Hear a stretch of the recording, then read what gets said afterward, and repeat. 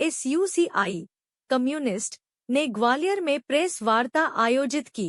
Press वार्ता को मुख्य रूप से पार्टी के केंद्रीय कमेटी सदस्य और राज्य सचिव कामरेड प्रताप सामल ने संबोधित किया। पार्टी सचिव मंडल सदस्य कामरेड सुनील गोपाल, कौम रचना अग्रवाल और राज्य कमेटी सदस्य कौम मनीष श्रीवास्तव उपस्थित रहे। प्रेस वार्ता को संबोधित करते हुए उन्होंने देश के वर्तमान हालात और तमाम पूंजीपति परस्त सत्ताधारी पार्टियों की भूमिका के विषय में बात की और बताया कि आगामी लोकसभा चुनाव में हम मध्य प्रदेश की 6 सीटों समेत 19 राज्यों और 3 केंद्र शासित प्रदेशों के 151 संसदीय निर्वाचन क्षेत्रों में और आंध्र प्रदेश और ओडिशा विधानसभा चुनावों में क्रमशः 5 और 28 सीटों पर चुनाव लड़ेंगे। मध्य प्रदेश की ये 6 सीटें निम्न प्रकार हैं। मैं प्रताप सामल, SUCI कम्युनिस्ट पार्टी के मध्य प्रदेश राज्य सचिव। किस तरह की तैयारी है आप लोगों की लोकसभा? चुनाव हम अभी चुनाव के समय नहीं है, हम हमेशा साल भर हमारा आंदोलन जारी रहता है और चुनाव को भी हम एक आंदोलन के रूप में देखते हैं। लोकसभा चुनाव में आप अपने प्रत्याशी उतार हैं, कहाँ से प्रत्याशी उतार हैं, किस तरह की तैयारी है आपकी? हम यहाँ 6 जगह में प्रत्याशी उतारे हैं मध्य प्रदेश में।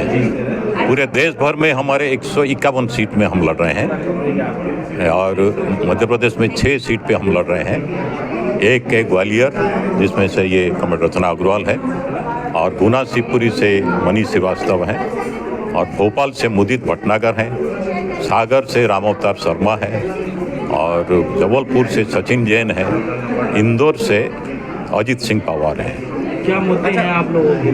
हमारा यही मुद्दा है जो जनता के मुद्दे हैं। आज हमारे देश में और प्रदेश में आम जनता की हालत आप देख रहे हैं। गरीबी, भुखमरी, महंगाई, बेरोजगारी, ये हालत चरम पर है। हर रोज कई नौजवान खुदकुशी कर रहे हैं, किसान खुदकुशी कर रहे हैं। माने भूख से तड़पते हुए 92 बच्चे हमारे मध्य प्रदेश में ही जान दे देते हैं। इंडिया गठबंधन में आप हैं क्या? है? इंडिया गठबंधन के साथ आप मध्य प्रदेश में चुनाव लड़ना है क्या? इंडिया गठबंधन और एनडीए, ये दोनों ही हम समझते हैं ये पूंजीपतियों के गठबंधन है, जिसमें से कोई भी जीते ये पूंजीपतियों की सेवा करेंगे। लंबे समय तक कांग्रेस सत्ता में रही, बाद में बीजेपी सत्ता में आई। आप नीतियों में एक फर्क मुझे दिखा दीजिए। दोनों के नीतियों में कोई फर्क नहीं है। आर्थिक नीति, औद्योगिक नीति, शिक्षा नीति, कोई भी नीति कहें, जो कांग्रेस लागू किए थे बीजेपी उसको और आगे बढ़ाए हैं। इसलिए नीति वही है। ये दोनों पूंजीपतियों की पार्टी है।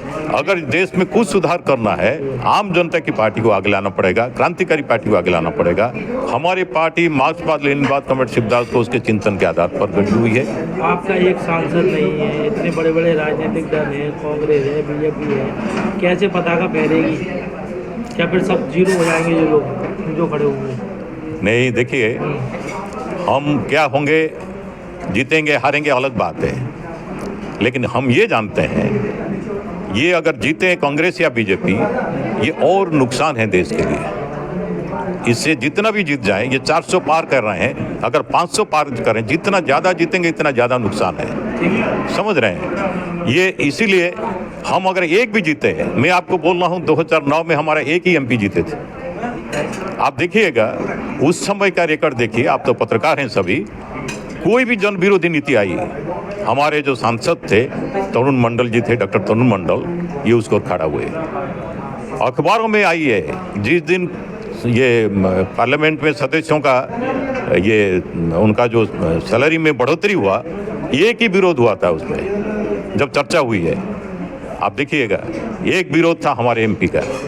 कोई भी जन विरोधी नीति आई उस दौरान, हमेशा तरुण मंडल उसके विरोध में बात रखे हैं।